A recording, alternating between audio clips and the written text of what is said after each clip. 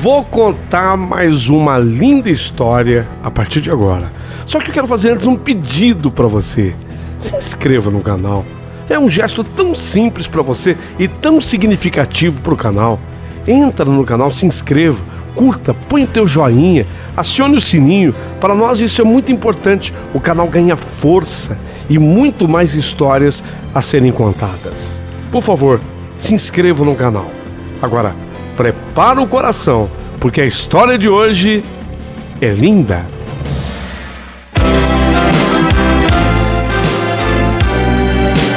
Rádio Emoção. Paulinho, boa pessoa. A verdade de cada um.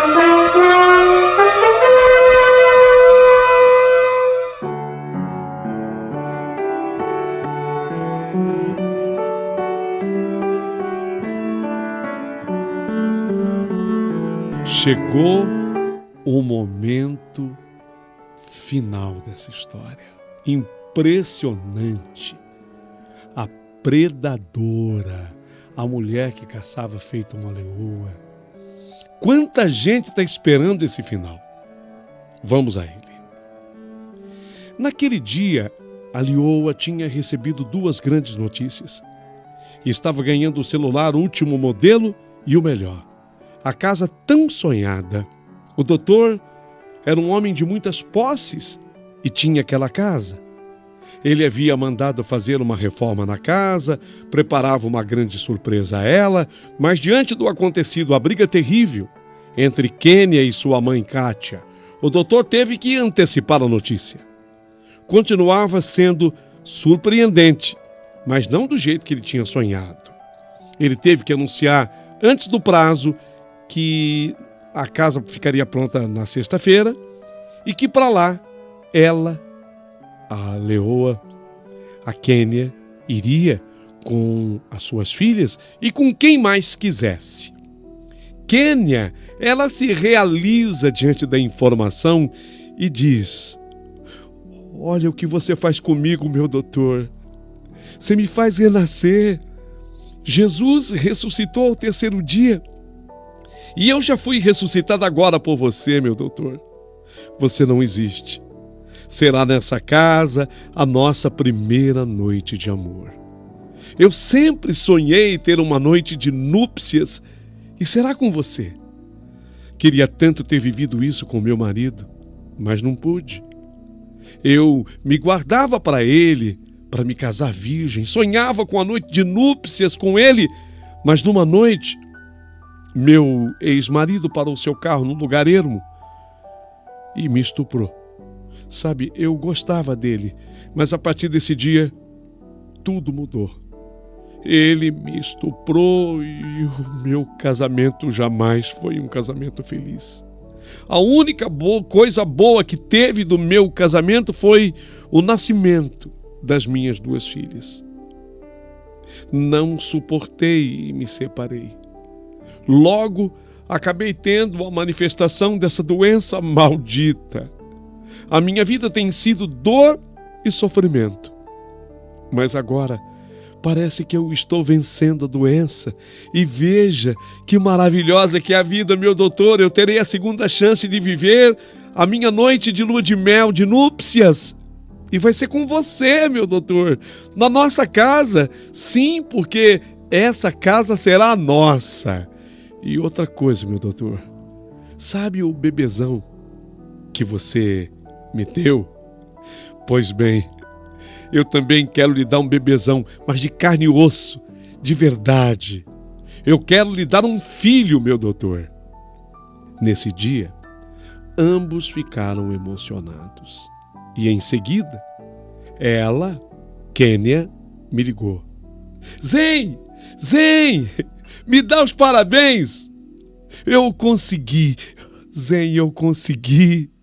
Eu ganhei o celular último modelo e ganhei a casa, minha amiga, eu consegui! Eu sou a leoa caçadora, aquela que nunca erra o bote, Zen!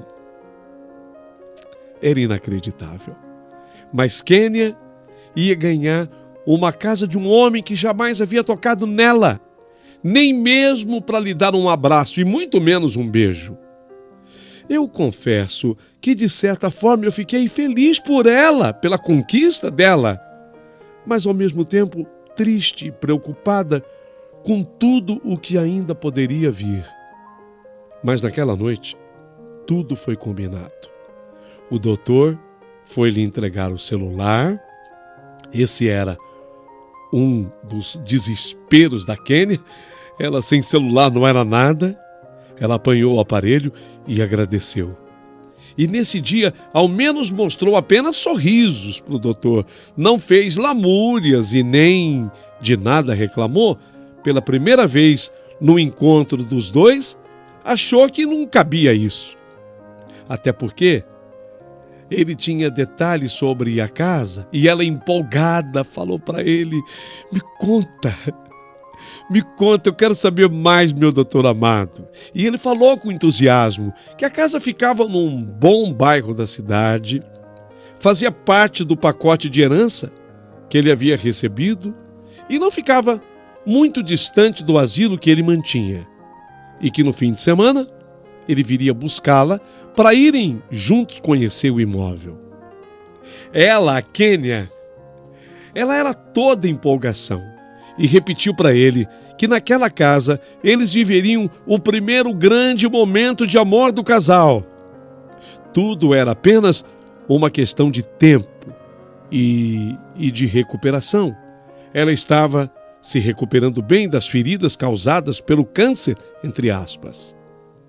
Vocês sabem que, em verdade, eu sabia que os ferimentos causados não era por doença, mas pelo homem/cavalo que, de maneira monstruosa, acabava com as partes íntimas de Kênia. Mas esse era o seu inexplicável lado masoquista, conforme me explicaria o médico psiquiatra depois. Desta vez, ela, a Kênia, desta vez de verdade ela se empolgou. Ela estava ansiosa por conhecer o imóvel. Quando foi no sábado pela manhã, o doutor veio apanhá-la. E ela deu caráter familiar a tudo. Levou consigo as duas meninas e a maior surpresa de todos: convidou a mim. Eu não podia ir. Sábado pela manhã era muito movimentado lá no salão. Eu tinha horário marcado para fazer as unhas de várias clientes. Ela chegou a brigar comigo. Disse que queria me apresentar ao doutor como eu sendo a sua enfermeira. E eu disse que eu não podia, porque eu tinha grande responsabilidade com o meu trabalho. E a Leoa argumentava que dinheiro não era o problema. Ela me pagaria tudo o que eu iria fazer de grana na manhã daquele sábado no salão. Ela cobria. Mas eu expliquei para ela que não era só o dinheiro, era o compromisso que eu tinha assumido com a minha clientela. Era a gente que só confiava em mim para o trabalho com as suas unhas. Então Kênia ficou um pouco chateada comigo, sabe? Mas teve que ir sem mim.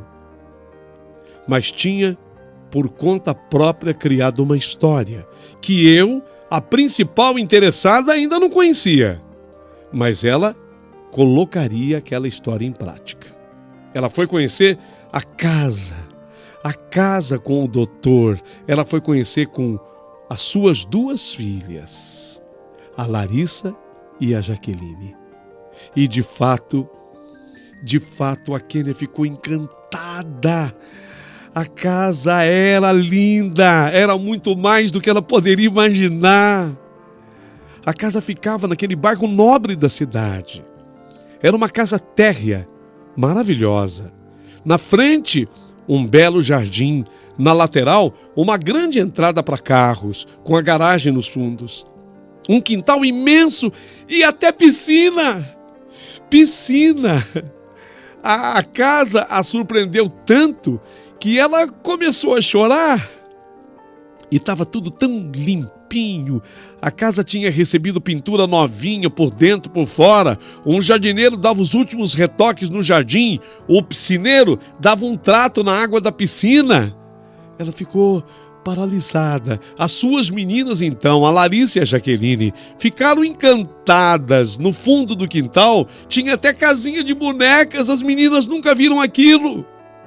A casa era linda, linda, mas imensa para ela e as duas filhas.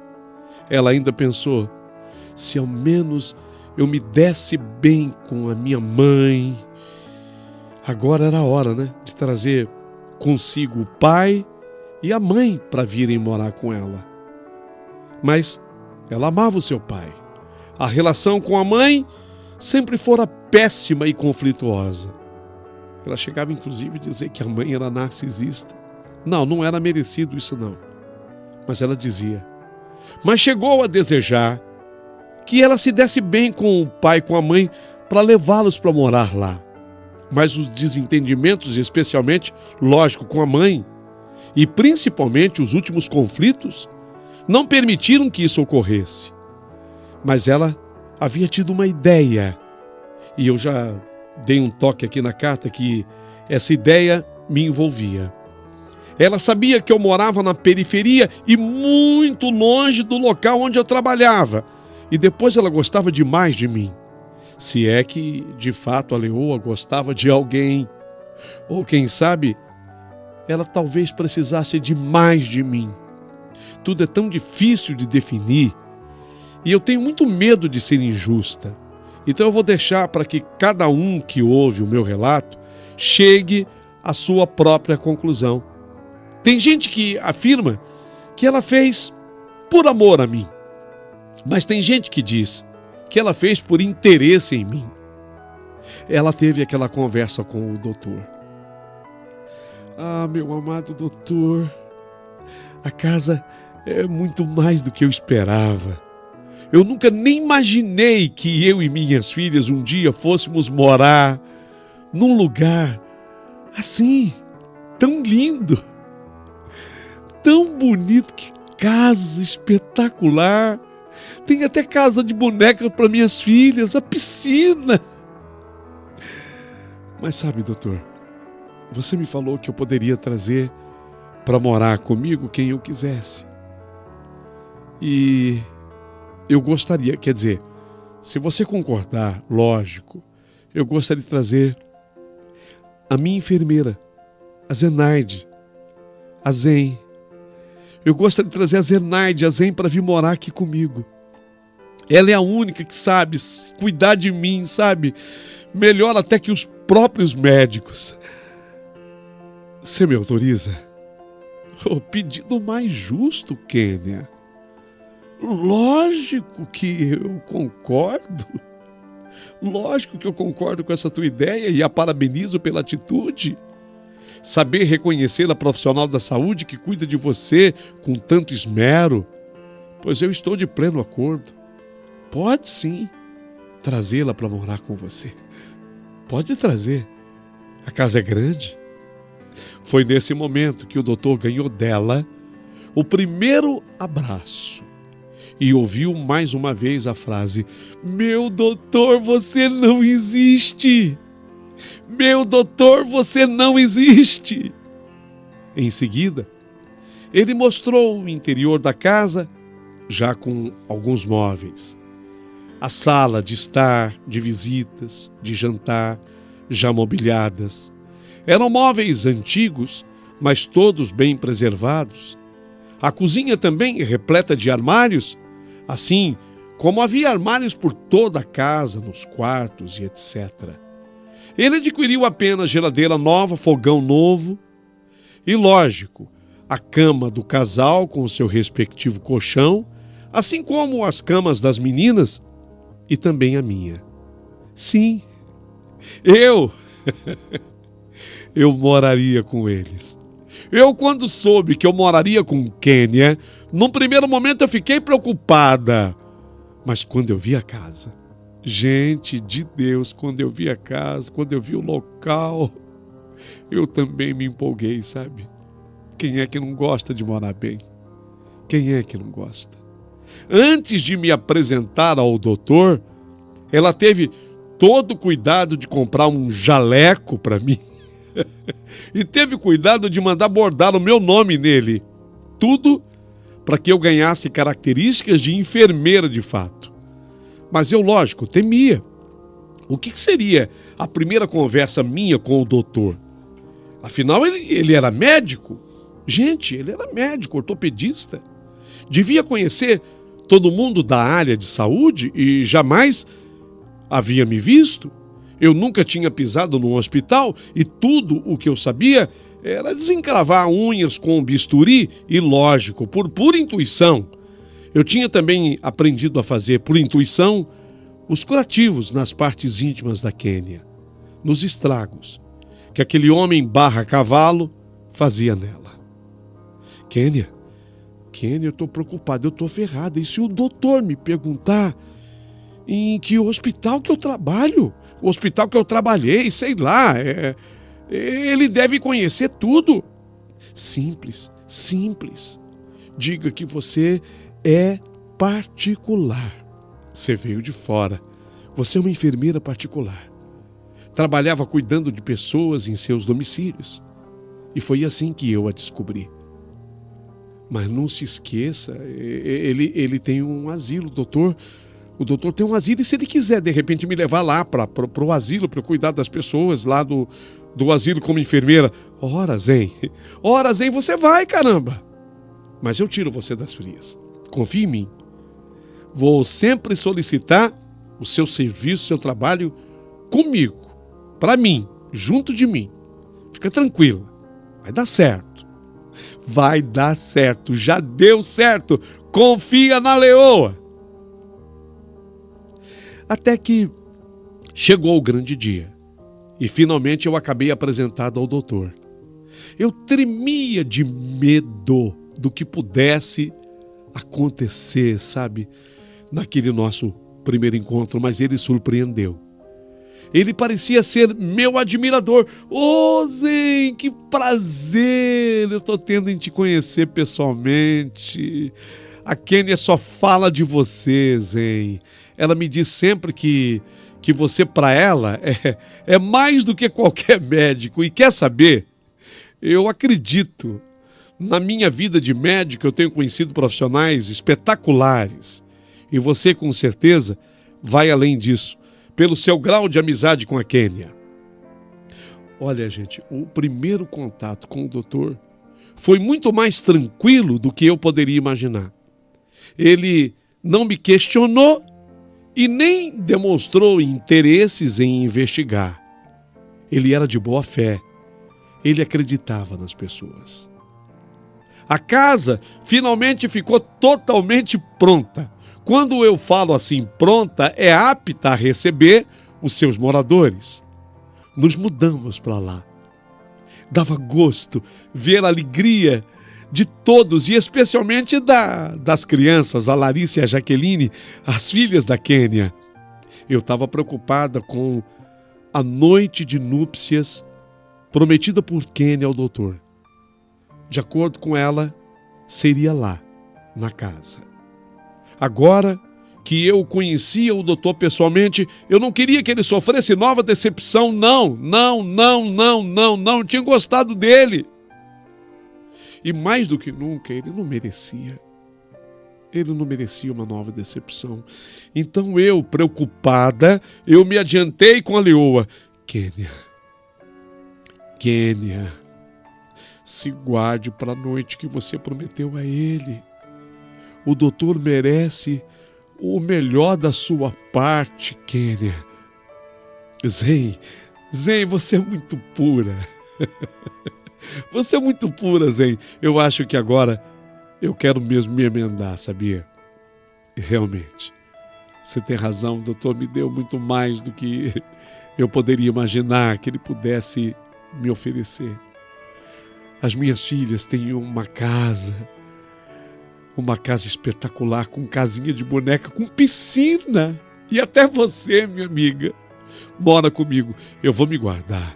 Eu vou me guardar para essa noite de núpcias. Mas para essa noite de núpcias. Ótimo. No dia que você resolver se entregar, eu dou um jeito. Eu saio com as meninas, tá? Eu posso, nesse dia, por exemplo, ir dormir com as meninas na casa da minha mãe, por exemplo, e aí você fica tranquila, à vontade com o doutor. Tá legal, Zé.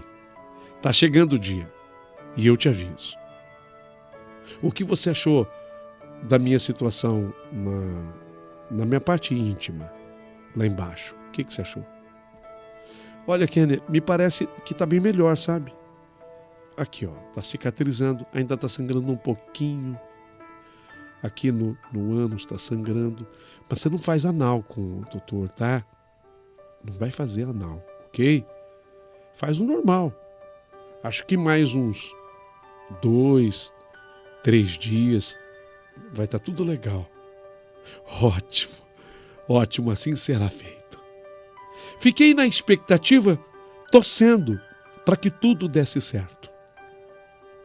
Mas eu nunca poderia supor nem imaginar que a masoca de Quênia, o masoquismo de Quênia, fosse se manifestar naquele instante.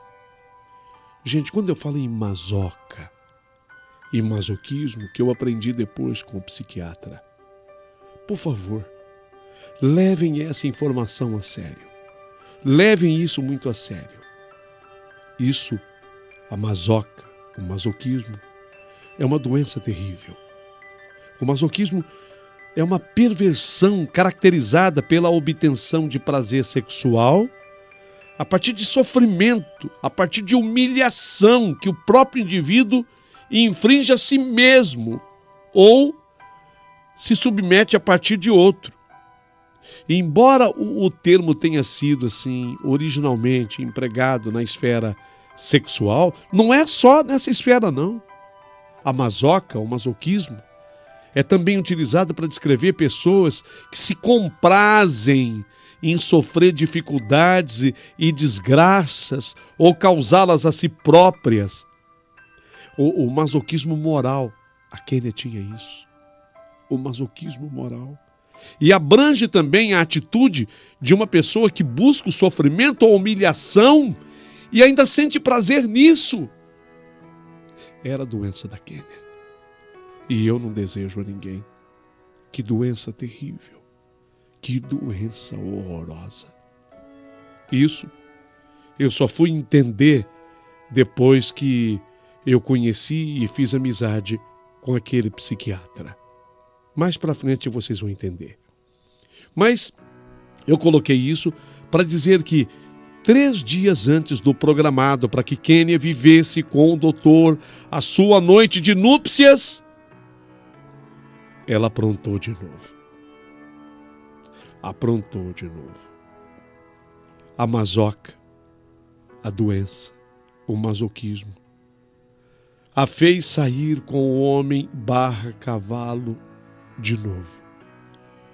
E ela apareceu toda estrupiada novamente.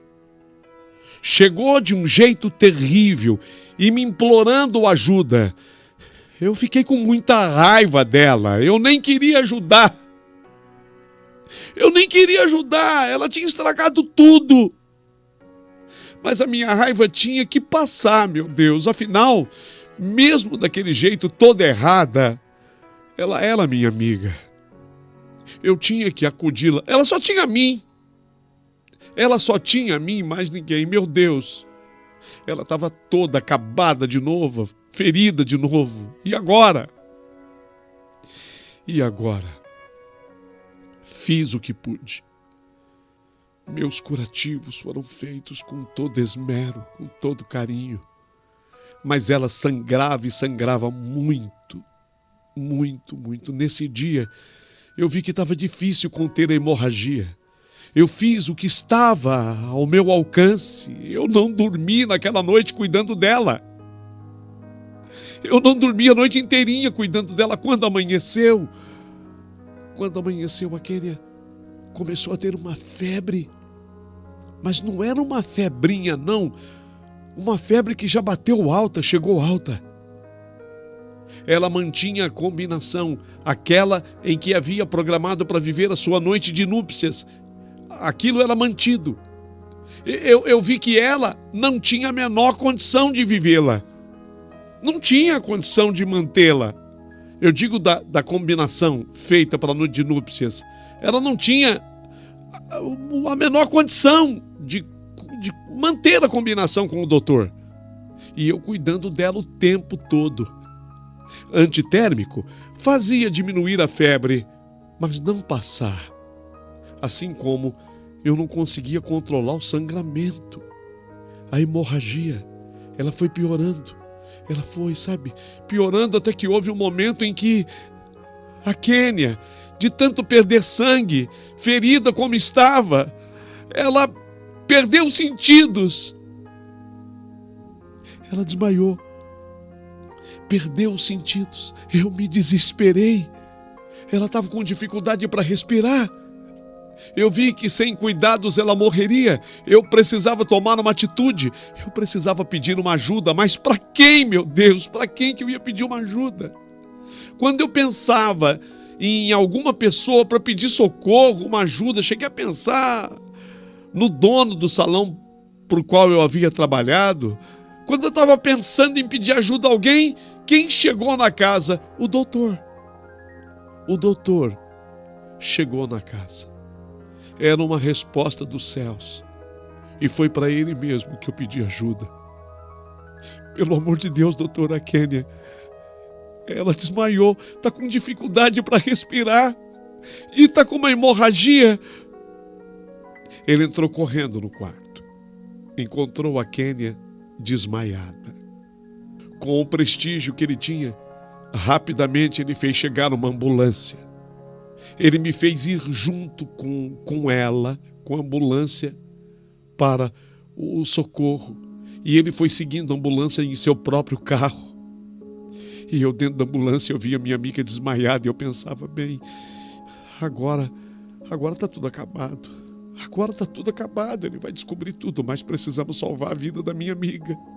O mais importante é salvar a vida da minha amiga. Eu também seria desmascarada, lógico, mas que se dane. Demos entrada num hospital particular. A minha amiga, Kênia, foi conduzida à UTI. E eu junto, como enfermeira particular. Mas lá, eu deixei que os verdadeiros profissionais assumissem o serviço. Eu não tinha a menor condição. E começaram a coleta de sangue para fazer tudo que é exame. Outros médicos assumiram o caso de Kênia, uma vez que o doutor, ele era ortopedista, não era da área dele.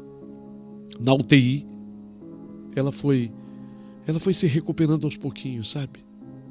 No dia seguinte, após a sua entrada, a sua internação, o doutor veio falar comigo. Ô Zen,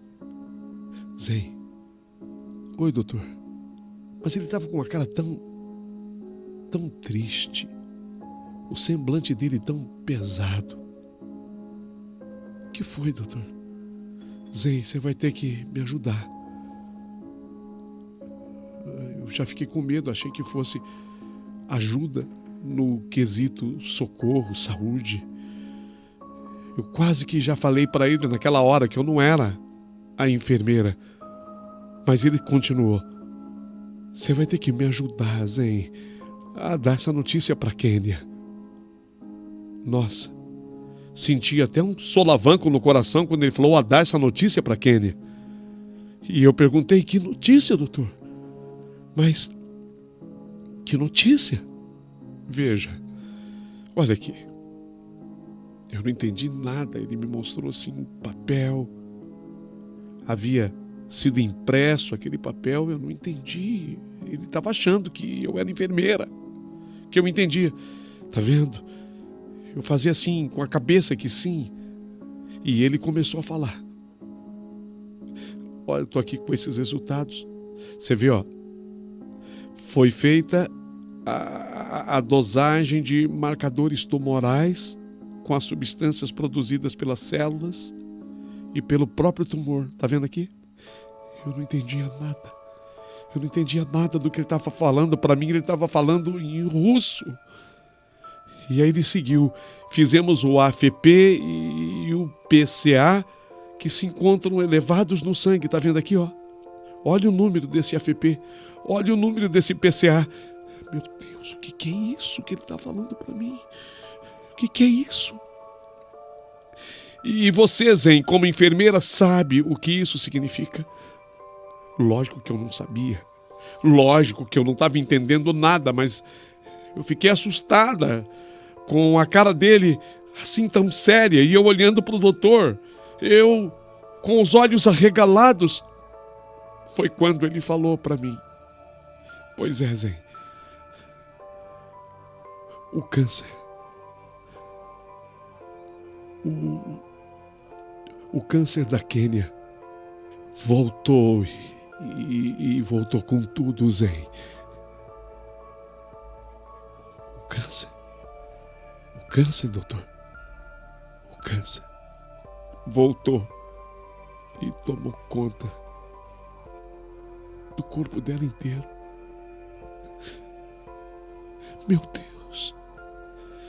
Meu Deus, não era possível. Vocês que estão acompanhando o meu relato até aqui, vocês sabem perfeitamente que ela não tinha essa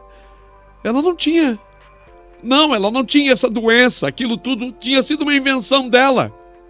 Ela tinha os ferimentos em consequência da sua mazoca. Ela tinha os ferimentos devido às machucaduras feitas pelo homem/cavalo. Mas ela não tinha essa doença. E o doutor estava dizendo que o câncer havia voltado com tudo. E ele agora queria que eu o ajudasse a dar a notícia para ela, para Quênia. Meu Deus, e agora? Eu pedi uma iluminação a Deus e fui para a missão. Entramos, eu e o doutor, na UTI. Quênia, ela estava sorridente. Ela estava assim, feliz por ter sobrevivido. Isso me fez ficar ainda mais penalizada. E o doutor começou: Quênia, minha menina mais pura. Quênia, eu quero que você saiba que nada do que falaremos para você vai representar o fim do mundo, meu amor. Nada vai representar o fim do mundo. Você é forte. Você é guerreira. Você já venceu tantas e vencerá mais essa. Você vai passar por essa, Quênia. Eu estou do teu lado. A Zen, sua amiga. Aliás, a Zen, sua amiga, está aqui. E Zen, fala você. Mas saiba você, Quênia, que todos estaremos juntos, unidos nessa jornada. Por favor, Zen. Deus, era a minha vez. Me dê força, Senhor. Eu tinha que falar. Quênia me olhava com aqueles olhinhos de menina sapeca. As lágrimas rolaram pela minha face. E eu consegui. Eu não sei como, mas eu consegui falar. Quênia, fala, Zen. Que foi? O câncer. Quê? O câncer. O câncer voltou. O câncer voltou. Você vai ter que enfrentar. Ela não acreditou no que eu falei. Quase riu. Mas quando viu que eu chorava, engoliu o riso e me falou: o quê? O que você está falando, Zen? Eu lamento, mas eu estou falando que você escutou. O câncer voltou. O câncer voltou, minha amiga. Voltou. Eu apertei a mão de Quênia e ela não conseguiu retribuir o mesmo aperto. Olhava para o nada, ou talvez tivesse visto naquela hora uma imagem. Sei lá que imagem ela viu. Mas quem sabe da própria vida dizendo: você brincou com um assunto muito sério, Leoa. Muito sério. Kênia estava com o corpo tomado por um tumor. Foi tudo muito triste, mas a Leoa perdeu o bote, perdeu a caçada. Havia sido surpreendida por um imenso grupo de hienas.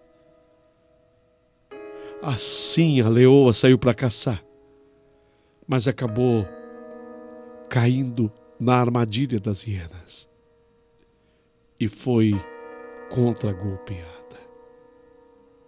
Kênia estava terrivelmente doente. Lamentavelmente, em menos de 60 dias, a Kênia estava morta. O mundo desabou sobre as nossas cabeças. A minha, da mãe dela, que apesar de tudo a amava, lógico. Mãe é mãe, o pai, as filhas.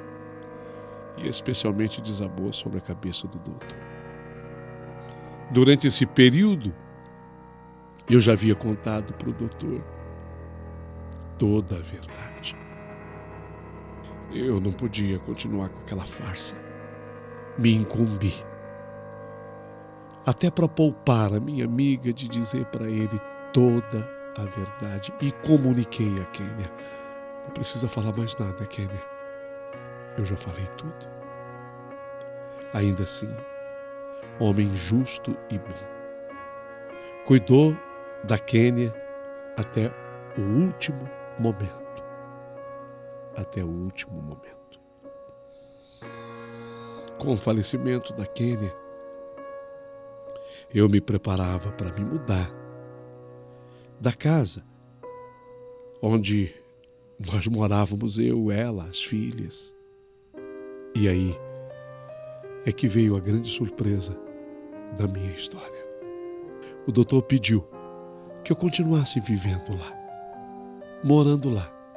Convidou os pais de Kênia para que se mudassem para lá também, uma vez que eles pagavam o aluguel da casa onde moravam, que continuassem morando lá com as netas, a Jaqueline, a Larissa e a Jaqueline.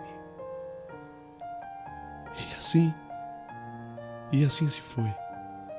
E assim aconteceu. Eu e o doutor fomos nos afinando.